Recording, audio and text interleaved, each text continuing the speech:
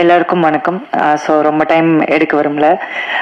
இது வரைக்கும் வந்து எப்பவுமே வந்து ஒரு ஜாலியாக ஒரு கேரக்டர் பண்ண எனக்கு வந்து ரொம்ப ஒரு சீரியஸான ஒரு கேரக்டர் கொடுத்த ராஜ்மோகன் சாருக்கு ரொம்ப ரொம்ப நன்றி.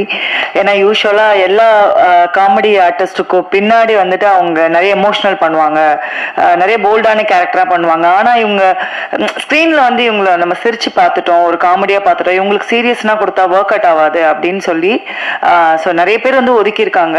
ஸோ நான் மறுபடியும் கேட்டேன் அவர்கிட்ட, சார் இந்த கேரக்டர் தானா, ஓகேவா, ஃபிக்ஸ் பண்ணிட்டீங்களா அப்படின்னா, நீங்கள் தான் மேடம் பண்ணணும் வாங்க அப்படின்னு சொல்லி சொன்னார். ஸோ அதுக்கு மிகப்பெரிய நன்றி.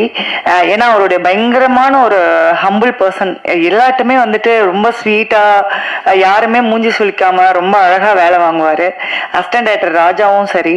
ஸோ எவ்வளோ திட்டு வாங்கியிருக்காரு, திட்டு வாங்கினா கூட யார்ட்டுமே எதுவுமே இது பண்ணாமல் அப்படியே சிரிச்ச முகத்தோட ஸோ வந்து ஒர்க் வந்து வாங்கியிருக்காங்க. ஸோ இந்த அர்ஜுனன் 10 அப்படின்னு வந்து நான் சின்ன வயசுல அடிக்கடி மலையில இடி இடிக்கும் போது டக்குன்னு வந்து கனெக்ட் பண்ணிப்போம். முக்கியமா 90s கிட்ஸ் எல்லாருமே வந்துட்டு அந்த ஞாபகம் வந்து இந்த ஞாபகம் வந்து இதுல வரும் அப்படின்னு வந்து நினைக்கிறேன். அண்ட் எல்லாருக்குமே ரொம்ப நன்றி. தேங்க்யூ.